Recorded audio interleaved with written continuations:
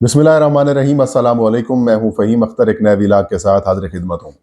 नाज़रीन, तहरीक इंसाफ ने आज एक बड़ा फ़ैसला किया है। इमरान खान साहब ने एक बड़ा फ़ैसला किया है कि वो MWM के साथ वफाकी और पंजाब की हुकूमत जो है वो बनाने की तरफ जा रहे हैं और जमात इस्लामी के साथ खैबर पख्तूनख्वा के अंदर इत्तेहाद किया जाएगा। और इसके अलावा उन्होंने कहा पीपल्स पार्टी, नून लीग और MQM के साथ किसी तौर के ऊपर बातचीत नहीं की जाएगी, जबकि दीगर जो सियासी जमातें हैं उनके साथ बातचीत की जाएगी। ये इमरान खान का बड़ा फैसला है। उसके अलावा आज इलेक्शन कमीशन ऑफ पाकिस्तान के अंदर मुख्तलिफ हलकों के जो नतायज रोकने के हवाले से जो दरख्वास्तें थी उनके ऊपर समातें हुई हैं और इलेक्शन कमीशन ऑफ पाकिस्तान ने किसी भी हलके से रिलीफ देने से जो है वो इनकार ही कर दिया है। और लाहौर से जो बड़े हलके थे, मरीम नवाज साहिबा का, शहबाज शरीफ का, नवाज शरीफ का, अताउल्लाह तारड़ का या ख्वाजा आसिफ का सियालकोट से, उनके नोटिफिकेशन जो है वो जारी कर दिए गए हैं। और ओन चौधरी के हल्के का भी नोटिफिकेशन हुआ है। और आज सलमान अकरम राजा ने इलेक्शन कमीशन ऑफ पाकिस्तान के अंदर समात में वो खुद पेश हुए हैं। उसका इंटरेस्टिंग अहवाल है कि किस तरीके से NA 128 लाहौर के अंदर बदतरीन धांधली की गई और क्या क्या चीज़ें सामने आई वो बताएंगे। इसके अलावा एक election commission of Pakistan Tehreek Insaf के खिलाफ एक बड़ी खौफनाक किस्म की जो साजिश है वो कर रहा है। वो साजिश इतनी गहरी साजिश है कि जो कि तहरीक इंसाफ को मखसूस नशिस्तों से महरूम करने की कोशिश, आखिरी कोशिश एक हो सकती है। मुख्तलिफ कोशिशें जारी हैं, उनमें से एक बड़ी कोशिश यही है कि पाकिस्तान के आम इंतखाबात की तारीख के जो पहली दफ़ा जो नोटिफिकेशन जारी किए जा रहे हैं, ये नोटिफिकेशन कर कौन रहा है, कहाँ से नोटिफिकेशन आ रहे हैं, किसके ज़रिए नोटिफिकेशन आ रहे हैं और ये सारी चीज़ें क्यों छुपाई जा रही हैं, ये तफसीलात आपके साथ शेयर करूँगा। पाकिस्तान में नाज़रीन 12वें आम इंतखाबात हुए हैं और इन 12वें आम इंतखाबात के बाद एक ऐसी सूरत हाल पैदा हो चुकी है कि किसी भी सियासी जमात को जो सादा अक्सरियत है वो नहीं दी गई। तहरीक इंसाफ ये क्लेम कर रही है कि उनकी 180 कौमी असम्बली की नशिस्तें थी जो उनसे जो है वो छीनी गई हैं और नशिस्तें ना होने की वजह से तहरीक इंसाफ को जो है वो अब हुकूमत साजी से महरूम कर दिया गया है। पंजाब में आज़ाद उम्मीदवारों को शामिल कराकर मुस्लिम लीग नून का जो नंबर है वो बढ़ाया जा रहा है और मुस्लिम लीग नून पीपल्स पार्टी के साथ मिलकर वहां पर हुकूमत बनाने की पोजीशन में आने वाली है। ऐसे में आज साबिक चेयरमैन पाकिस्तान तहरीक इंसाफ, बानी पाकिस्तान तहरीक इंसाफ जनाब इमरान खान साहब की अडियाला जेल के अंदर मुलाकात होती है। वहाँ पर तहरीक इंसाफ के साबिक वाइस चेयरमैन और साबिक वज़ीर ख़ारजा शाह महमूद कुरैशी PTI की ऑफिशियल जो है वो गुफ्तगू करते हैं, ऑफिशियल बयान देते हैं आम इंतखाबात के बाद। फिर इमरान खान साहब गुफ्तगू करते हैं और उसके अंदर अली अमीन गंडापुर को तहरीक इंसाफ के बानी चेयरमैन इमरान खान ने वज़ीर आला खैबर पख्तूनख्वा के लिए नामजद कर दिया। वज़ीर आज़म के नाम के ऊपर मुशावरत जारी रहेगी, जबकि खैबर पख्तूनख्वा में जमात इस्लामी वफाक के अंदर MWM के साथ जो है वो इत्तेहाद की जो है मंजूरी दे दी है। और इमरान खान ने यह कहा है कि पीपल्स पार्टी, मुस्लिम लीग नून और MQM के अलावा बाकी किसी सियासी जमात के साथ इन तीनों जमातों के अलावा बाकी तमाम जमातों के साथ बातचीत की जाएगी। रऊफ हसन साहब को ये जिम्मेदारी सौंपी गई है कि वो इस हवाले से दीगर सियासी जमातों के साथ गुफ्तगू करेंगे, बातचीत करेंगे और जो लाहे अमल होगा वो इख्तियार करेंगे।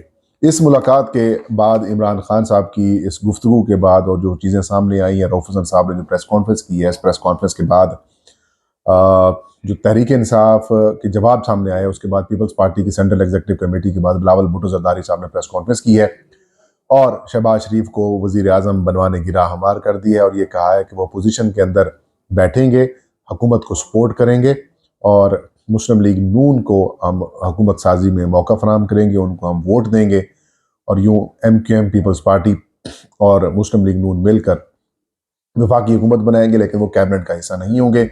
सदर मुमलिकत के ओहदे के लिए जरदारी को उन्होंने सपोर्ट करने का कहा है कि वो उनको वोट देंगे। गवर्नरशिप मांगी है, स्पीकरशिप और चेयरमैन सेनेट भी इनसे ले जाएंगे, आईनी ओहदे ये हासिल करेंगे और उसके बाद बाकी सारी कहानी मतलब सिंध और बलूचिस्तान के अंदर वो हुकूमत बनाएंगे। तो एक वज़ीर आज़म शहबाज शरीफ आ रहे हैं, वज़ीर आला मरीम नवाज़ को बनाने की कोशिशें की जा रही हैं। तो दूसरी तरफ जो एक मैसिव किस्म की धांधली वगैरह हुई है, तहरीक इंसाफ का मैंडेट चोरी किया गया पंजाब के अंदर भी और वफाक के अंदर भी, अब उसको एक्सेप्ट कराने के लिए ज़बरदस्त सी कोशिशें की जा रही हैं। इलेक्शन कमीशन ऑफ पाकिस्तान के अंदर भी बड़ी अहम डेवलपमेंट सामने आई हैं, वो भी आपको मैं बताऊंगा। लेकिन तहरीक इंसाफ ने MWM के साथ अलायंस करने का फैसला किया हो सकता है ये अलायंस जमात इस्लामी के साथ भी हो जाए, क्योंकि जमात इस्लामी भी एक सियासी जमात के तौर पर रजिस्टर्ड मौजूद है। लेकिन MWM के ऊपर काफ़ी ज़्यादा एतराज़ात ये डाले जा रहे थे कि इन्होंने ख़वातीन की जो मखसूस नशिस्तें हैं उसकी लिस्ट जमा नहीं कराई हुई, उसके ऊपर एतराज़ हो सकता है। फिर दूसरी बात ये कि MWM ने जो है वो जनरल सीटों के ऊपर जो ख़वातीन को जो है वो अपना उम्मीदवार नहीं ज़ाहिर किया, इसकी वजह से भी एतराज़ सामने आ सकता है। लेकिन इसके बावजूद भी इमरान खान और तहरीक इंसाफ ने यह ऐलान किया है कि वो MWM के साथ ही अलायंस करेंगे। और दूसरी तरफ जब जमात इस्लामी का नाम सामने आया है तो खैबर पख्तूनख्वा असम्बली में जमात इस्लामी की जो 3 नशिस्तें जीती थी वो जो है वो अब ख़त्म कर दी गई हैं, और उनके ऊपर जो PTI के आज़ाद हैसियत के अंदर उम्मीदवार आए थे उनको जो है वो नॉमिनेट कर दिया गया है, या फिर यूँ कहें कि उनको जो है वो उनको ख़त्म करके उनकी जगह पर PTI को वो नशिस्तें दे दी गई हैं। ज़ाहिर है अब एक कानूनी राय ये मौजूद है कि जब एक नशिस्त जब तक नहीं होगी उस असम्बली के अंदर तब तक आपको मखसूस नशिस्तें नहीं मिल सकती। लेकिन एक जगह के ऊपर पॉलिटिकल पार्टी का मानी ये लिखा हुआ है कि वो सियासी जमात जो इलेक्शन कमीशन ऑफ पाकिस्तान की जानिब से अहल की गई हो वो ले सकती है। तो एक डिबेट चल रही है, लेकिन इससे जुड़ी एक और अहम और बड़ी डेवलपमेंट है, वो बहुत ही इंटरेस्टिंग डेवलपमेंट ये है कि आज इलेक्शन कमीशन ऑफ पाकिस्तान में मुख्तलिफ हलकों के नतायज की जो वसूली है उसके बाद जो उनको चैलेंज किया गया है उज़रदारियाँ वगैरह, उसके ऊपर सब बातें हुई हैं। और ये मैंने कल भी ये कहा था कि ये आंखों का धोखा है, ये फ्रॉड हो रहा है, ये आई वॉश है, ये फ्रॉड किया जा रहा है, ऐसा समझें कि इससे किसी किस्म का कोई रिलीफ नहीं मिलना। ये सिर्फ एक मकसद है कि कुछ वक्त ज़ाय करा दिया जाए और इस दौरान वो काम डाला जा सके। और NA 128 लाहौर के अंदर जो कि सलमान अकरम राजा साहब का मैंडेट चुराया गया, बेसिकली PTI का वो मैंडेट चुराया गया, और वहाँ पर ओन चौधरी जो कि मेरी इतलात के मुताबिक उनको सिर्फ 29 या 30 हज़ार वोट पड़े हैं, वो जो हैं वो उनको 1,75,000 के करीब वोट करा दिए जाते हैं और सलमान अकरम राजा को उनके सामने हरवा दिया जाता है और वो जीत जाते हैं। इसके ऊपर आज वो खुद इलेक्शन कमीशन के सामने पेश हुए हैं। और इंटरेस्टिंग मामला ये है कि सलमान अकरम राजा NA 75 का जो कि मौजूदा इलेक्शन कमीशन का आप कह सकते हैं कि मुबैना धांधलियों और दीगर जो मामलात के ऊपर सबसे ज़्यादा जिसके ऊपर इलेक्शन कमीशन ने एक्शन लिया और अपने भरपूर अज़ाइम का इजहार किया, ये उसी हल्के के अंदर बतौर वकील पेश हुए थे। नौशीन इफ्तिखार के मुस्लिम लीग नून की वो उम्मीदवार थी जिनके ऊपर वहाँ पर दोबारा इलेक्शन हुआ था, और फिर इलेक्शन कमीशन का वही फैसला सुप्रीम कोर्ट ऑफ पाकिस्तान में भी बरकरार रहा था। हालांकि रिटर्निंग ऑफिसर ने कहा था कि 20 पोलिंग स्टेशन के ऊपर जो है वो रीपोल कराया जाए, लेकिन पूरे हल्के के अंदर करा दिया गया। वो पेश हुए और उन्होंने कहा कि फॉर्म 45 जो कि मैंने original form 45 election commission of Pakistan में उन्होंने जमा कराए हैं, उन्होंने कहा मैंने वो जमा करा दिए हैं। इन फॉर्म 45 की बुनियाद के ऊपर ये सीट जो है वो मैं जीत रहा हूँ और मेरी 1,10,000 से ज़्यादा की लीड है। लेकिन जब मैं और मेरे जो एजेंट्स हैं वो रिटर्निंग ऑफिसर के दफ्तर में जाते हैं तो उसके बाद कुछ जत्था बरदार लोग आते हैं, डंडा बरदार लोग आते हैं, और फिर जो उस ऑफिस के अंदर बैठे होते हैं उन सबको बाहर निकाल दिया जाता है। मुझे भी बाहर निकाल दिया जाता है, मेरी मिसेस को भी बाहर निकाल दिया जाता है, और उसके बाद ऐसा महसूस होता है जैसे किसी मुजरिम वाला सलूक जो है मेरे साथ किया जा रहा है। और उन्होंने कहा कि मेरे अलावा बाकी तमाम जो उम्मीदवारान थे उनके लिए किसी किस्म की कोई रुकावट नहीं थी, सिर्फ मुझे टारगेट करके बाहर किया गया। और ये ओन चौधरी को या मेरे मुखालिफ जो उम्मीदवार हैं उसको जितवाने की कोशिश है। इलेक्शन कमीशन ने उनके कंसर्न्स नोट किए और ये कहा कि रिटर्निंग ऑफिसर से 3 दिन के अंदर रिपोर्ट मांगते हैं।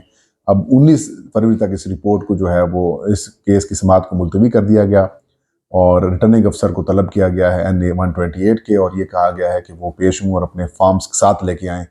लेकिन साथ ही कुछ देर बाद इलेक्शन कमीशन ऑफ पाकिस्तान ने इस हल्के से भी ओन चौधरी की कामयाबी का नोटिफिकेशन जो है वो जारी कर दिया है। मरीम नवाज के हल्के का भी नोटिफिकेशन जारी कर दिया गया। इसके अलावा नवाज शरीफ, शहबाज शरीफ के हल्के का नोटिफिकेशन और ख्वाजा आसिफ के हल्के का भी नोटिफिकेशन जारी कर दिया गया है। लेकिन अब इंटरेस्टिंग चीज़ जो ये है जिससे मैं समझता हूँ कि ये सारी एक बड़ी गहरी साजिश है, तहरीक इंसाफ के खिलाफ बड़ी गहरी साजिश हो रही है। PTI को इस तरफ तवज्जो देने की सख्त ज़रूरत है, इतनी तवज्जो देने की ज़रूरत है कि शायद बाकी सारे काम छोड़कर ये काम ज़रूर करना चाहिए। कहानी यह है कि हर आम इंतखाबात के अंदर जितने भी इलेक्शंस हुए हैं अब तक उनके जो नतायज जारी हुए हैं वो एक साथ जारी किए जाते हैं। लेकिन ये जो पहली दफा हो रहा है कि टुकड़ों के अंदर जो नतायज हैं वो उम्मीदवार जो कामयाब हो रहे हैं उनके नोटिफिकेशन जारी किए जा रहे हैं। इसका वाहिद मकसद ये है कि तहरीक इंसाफ के जो आज़ाद हैसियत के अंदर मुंतखब होने वाले उम्मीदवारान हैं उनके नोटिफिकेशन तो अभी तक सामने ही नहीं है, और ये नोटिफिकेशन इलेक्शन कमीशन की वेबसाइट के ऊपर बाद में आते हैं।